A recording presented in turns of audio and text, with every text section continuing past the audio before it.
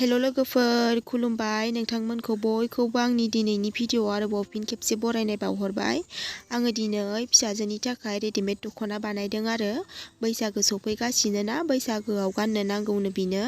ओमफ्राय आङो नोंथांमोनजोंबो शेयार खालामनो होननानै सानबाय आरो। स' जुदि नोंथांमोनाबो बेफोरबायदि भिडिअ इन्टारेस्टेडबाथाय जोबजासिम नायलांबाय थादो। आङो गिबियावनो मेजारमेन्टखौ दिन्थिग्रोनोसै आरो। गोलावा आथिंनिफ्राय फाफ्लिसिम 33 इन्च दङ। ओमफ्राय आङो बेखौ गोजौनि पार्ट मोनसे गाहायनि पार्ट मोनसे बानायगोन नालाय, गोजौआव आङो 12 दोनबाय, ओमफ्राय गाहायाव 21 दोनबाय आरो। ओमफ्राय जानजिया 23 दङ। आङो लुजिंनि थाखाय 4 इन्च प्लास खालामबाय, 27 जाबाय आरो। ओमफ्राय दायो जोङो बेखौ आथिंनिफ्राय जानजिसिम नैबे 21खौ लानोसै आरो। ओमफ्राय गोजौआव आङो सिलाइनि थाखाय 1 प्लास खालामनानै होगोन, थ' बेयाव 22 जासिगोन आरो। ओमफ्राय आथिंनिफ्राय जानजिसिमखौथ' मेजारमेन्टखौ मोनखाबाय। ओमफ्राय जोङो बेखौ दख'ना गाननाय बायदि फानखानानै बानायगोन नालाय, बिथिंजाय बेसेबां गोलाव लानांगोन बिनि मेजारमेन्टखौ बहननोसै आरो ना। बिनि जानजिया 27 जाबाय। ओमफ्राय बे 27आव नैबे 22खौ प्लास खालामना होनांगौ आरो। ओमफ्राय बेयाव आरो एक्सट्रा 4 इन्च प्लास खालामनानै होबावबाय आङो। बे 4 इन्चखौ आङो मानो प्लास खालामदों बेखौ सिलाइ खालामनायाव खोन्थागोन आरो आङो। थ' बेयाव 53 जाबाय आरो 53। आङो दायो हानानै लाखांखाबाय आरो। नैबेयो गाहायनि पार्ट मोनसेया जाबाय, बियो ओरैहाय गोलावा 22 इन्च दङ आरो। ओमफ्राय ओरैहाय 53 दङ, ओरैहाय 53 दङ। ओमफ्राय नैबे पार्ट मोनसेया, बे पार्ट मोनसेया ओरैहाय सायाव रुबै होयोना, बेखौ बानायगोन आरो। बेखौ ओरैहाय आगसिथिं ओरै थेबनाय बायदि खालामनायाव बे आगरा आगसिथिं थाहैनाय बायदि नायनानै हाबानो जाबाय आरोना। बेखौ जानजिनिख्रुइ आङो 6 इन्च बारा लादों, थननाय जायो नालाय। ओमफ्राय नैबेयो खसा जागोन आरो बेखौ ओरै हानानै लाखाबाय, ओरै थायोना बिखायाव बियो। ओमफ्राय नैबे पार्ट मोनसेखौ, गोजौनि पार्ट मोनसेया मोननै जायो आरो। गोजौनिखौ आङो 12 लागोन बुंदोंमोन ना, ओमफ्राय बियो पार्ट मोननै जायो आरो। आरोबाव मोनसेया ब्लाउसनि पार्ट थाबाय, ओमफ्राय मोनसेया बे गाहायनि पार्ट मोनसे थाबाय आरो गेजेरनि। ओमफ्राय बेखौ फाखोना खंनिफ्राय नै आखाइनिफ्राय 1.5 इन्चल' लादों आङो। बे 1.5 इन्चआवबो आरो खमायबावगोन, सिलायाव थांबावगोन बियो। इथिंजायबो एसे थांगोन, इथिंजायबो एसे थांगोन आरो सिलायाव। ओमफ्राय नै सायावबो थांगोन सिलायाव। ओमफ्राय बेयाव टटेल इथिंबो एसे खमायगोन, इथिंबो एसे खमायगोन, बियो टटेल 6 इन्चि जागोन आरो ना। ओमफ्राय आङो बेखौ 8 इन्चि लादों आरो। 8 इन्चियाव बेबो साजोंबो एसे खमायगोन, सिंजोंबो एसे खमायगोन सुथाबनायाव, ओमफ्राय ग्रोब जाहैगोन आरो। ओमफ्राय नै आखाइखौबो हानानै लाखाबाय। बियो नै मोनसे पार्टआ उननि आरो, ओमफ्राय नै मोनसे पार्टआ सिगांनि। आङो बिखाया 28 दंमोन आरो, ओमफ्राय 28नि आङो सिलाइनि थाखाय इथिंबो एसे बारा लादों आरो। ओमफ्राय आङो सिलाइ खालामनानै खिन्थिनोसै आरो। बेखौबो आङो चेन लगायनो थाखाय बिथिंबो एसे बारा लादों आरो। ओमफ्राय आरो क्रस खालामनो थाखायबो बारा लादों। बिखाया जिखिनि दङ बिनिख्रुइ बारासिन लादो आरो आङो एसे। चेनबो लगायनो नांगोन। ओमफ्राय आरो दख'ना थेबनायाव ओरैहाय क्रस थायोना, बिदि क्रस बानायनो थाखायबो एसे बारा लादों आरो। स' गथ'फोरनि मेजारमेन्टआथ' बेलेग बेलेग जायो नालाय, सुनानै लानानै जिखिनि जखा बिनि एसे बारा लानांगौ आरो। आङो माबोरैहाय सिलाइ खालामो बेखौ मेसिङाव दिन्थिहैनोसै।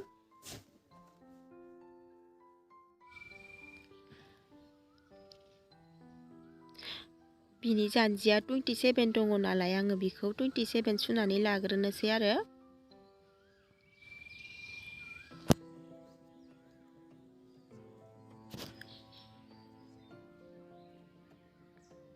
ओमफ्राय नैबे फारखौ नैबे 27आव ओरैहाय फोनांजाबनानै बेखौ 27नि मोनसे राउन्ड बानायनानै लानोसै आरो। ओमफ्राय नैखिनि जिखिनि दङ बेखौ बेजोंहाय ओरै जोबजासिम सिलाइ खालामना होनोसै आरो साजों। 27नि मोनसे राउन्ड बानायनानै लानोसै बेखौ।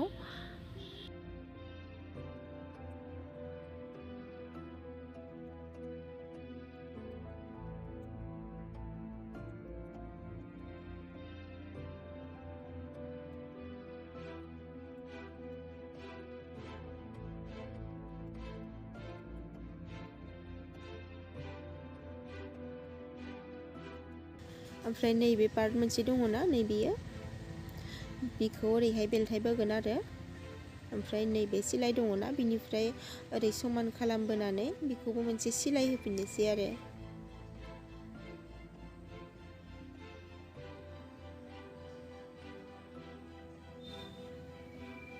बेखौ ओरै समान खालामनानै लानांगौ।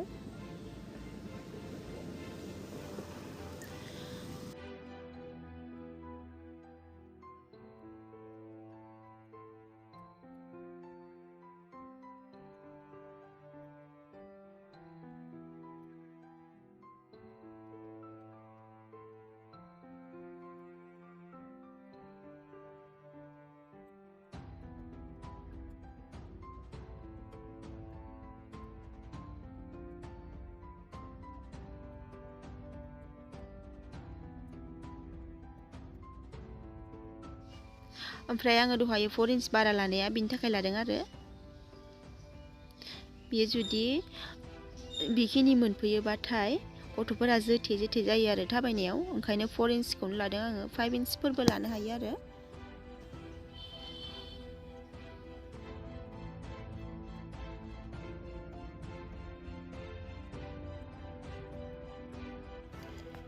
बेखौ ओरैहाय होगोन आरो बिनिफ्राय ओरैहाय फाननानै ओमफ्राय नैबे आगरखिनिखौ बिदि क्रस खालामनानै होगोन आरो।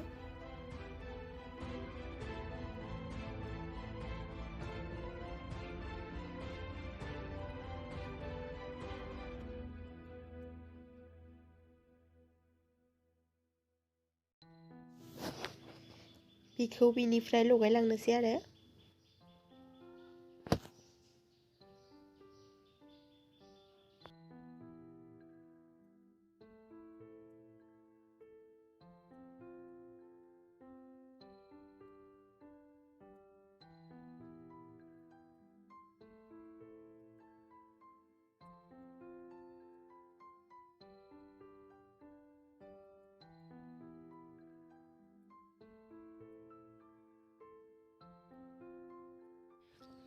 बेखिनियाव क्रस खालामना होनोसै आरो थेबनाय बायदि।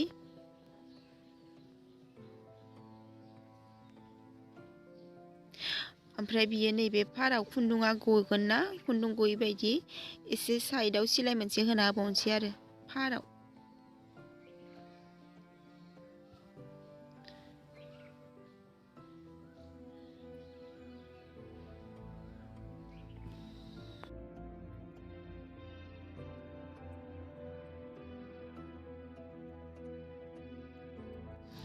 ओमफ्राय आङो बेखिनियाव पटि लगायना होगोन आरो।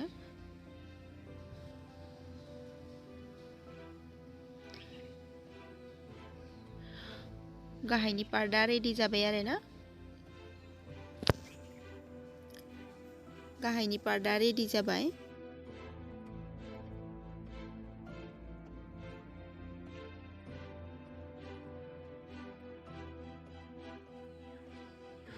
फाफ्लिखौ जरायनानै लाग्रोनोसै आरो।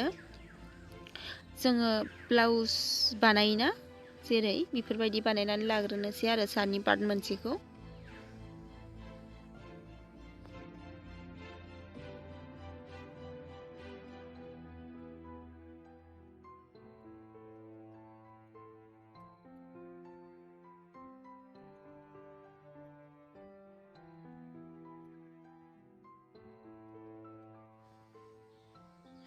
ओमफ्राय आं बिखौ ओरैहाय खालामना लानानै बिखुंनिखौ हानानै लानोसै आरो।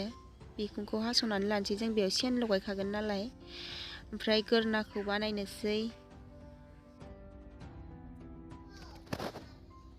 आङो बेखौ गोरनाखौबो बानायखांबाय ओमफ्राय आखाइखौबो बानायखांबाय आरो।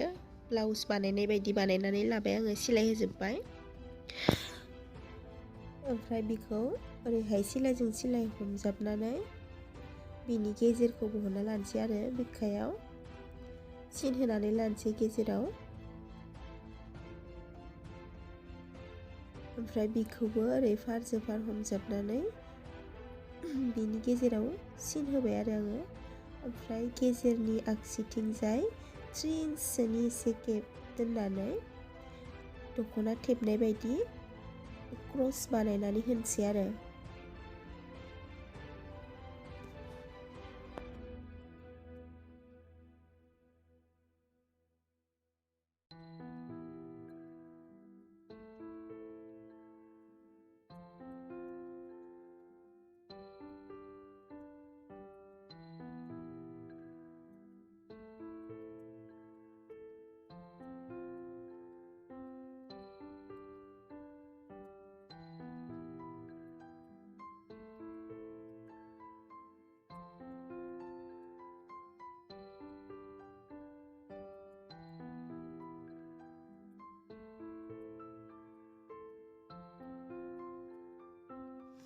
ओमफ्राय बिखौ खेबसेबाव फारसे फार हमजाबनानै बिनि गेजेरखौ खेबसे नायनानै लाफिननोसै आरोना बेयाव गेजेर जाफैबाय।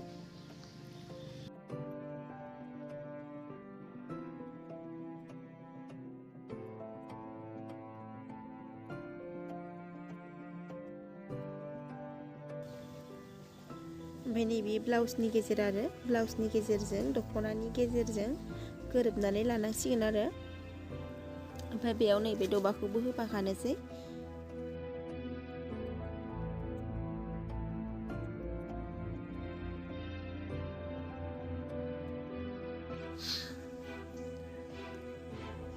ओमफ्राय बिनि सायाव ब्लाउसखौ होनोसै आरो ब्लाउसनि गेजेरजों दख'नानि गेजेरजों समान खालामनानै लाबाय।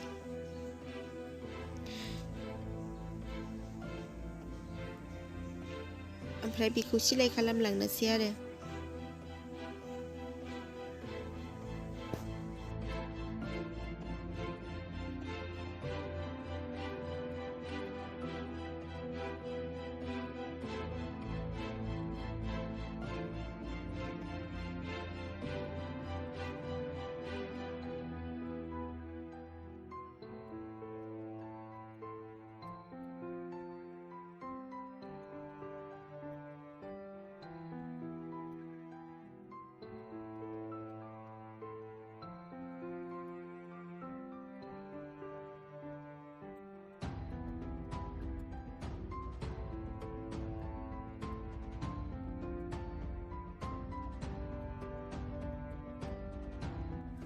ओमफ्राय बेयाव मोनसे सिलाय होनोसै आरो नैबे सिंनिखौ ओरै गाहायजों दोनहरनानै बेयाव मोनसे सिलाय होनोसै आरो एसेबां सिथाबनानै होनाङा एसे साइडआव होबाबो जायो।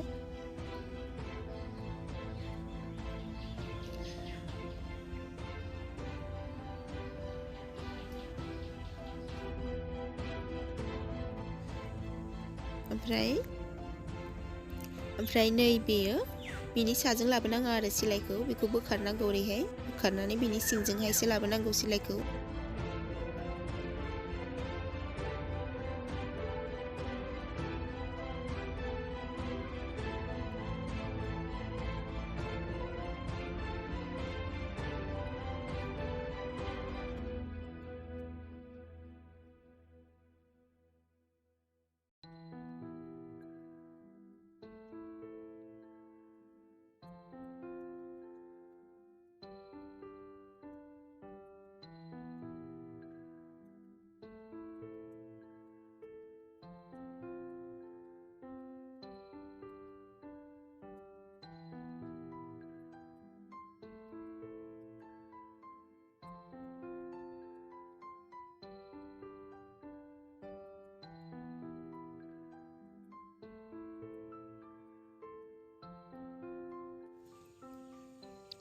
सेनखौ आं हास'नानै लानोसै आरो जेसेबां नांगौ बेखिनि जखा सुनानै ओमफ्राय लगायनानै लाग्रोनोसै आरो सेनखौ लगायनानै लाखांबाय आङो नै ओमफ्राय दायो नैबेजों गाहायनि पार्ट मोनसेजों जरायनोसै आरो ओमफ्राय बियो गोजौनि पार्टआ एसे बारा जानानै दङ नालाय आङो क्रसखौ बारायनानै होफिननोसै आरो बेजों समान जानायनि।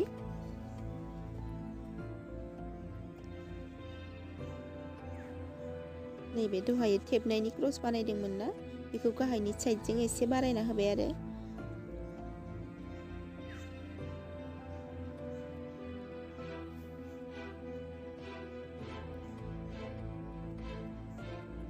समान जाबाय नै दानिया।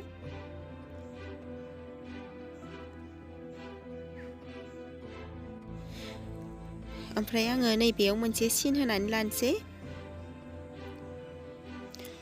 ओमफ्राय सानि पार्टआवबो सिन होनानै लानोसै आरो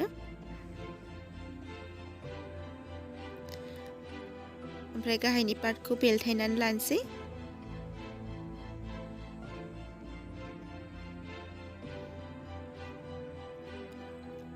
ओमफ्राय बेखौ बेलथायला आरोना सिदायैनो बिनि सिङाव ओरैहाय सोहरनोसै ओमफ्राय दहाय सिन होना लानायखौ मोननैखौबो समान हमनानै सिलाय होनानै लानोसै आरो पुरा राउन्डआव।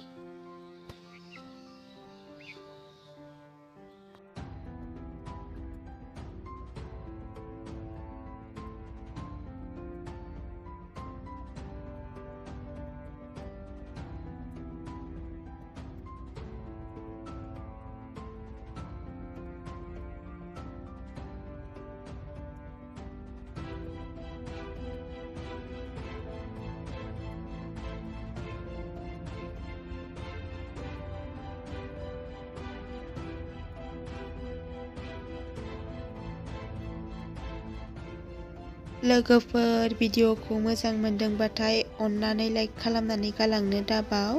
जोबजासिम नायनायनि थाखाय गोजोननाय थाबाय। नेक्स्ट भिडिअआव लोगो मोनगोन। Thank you.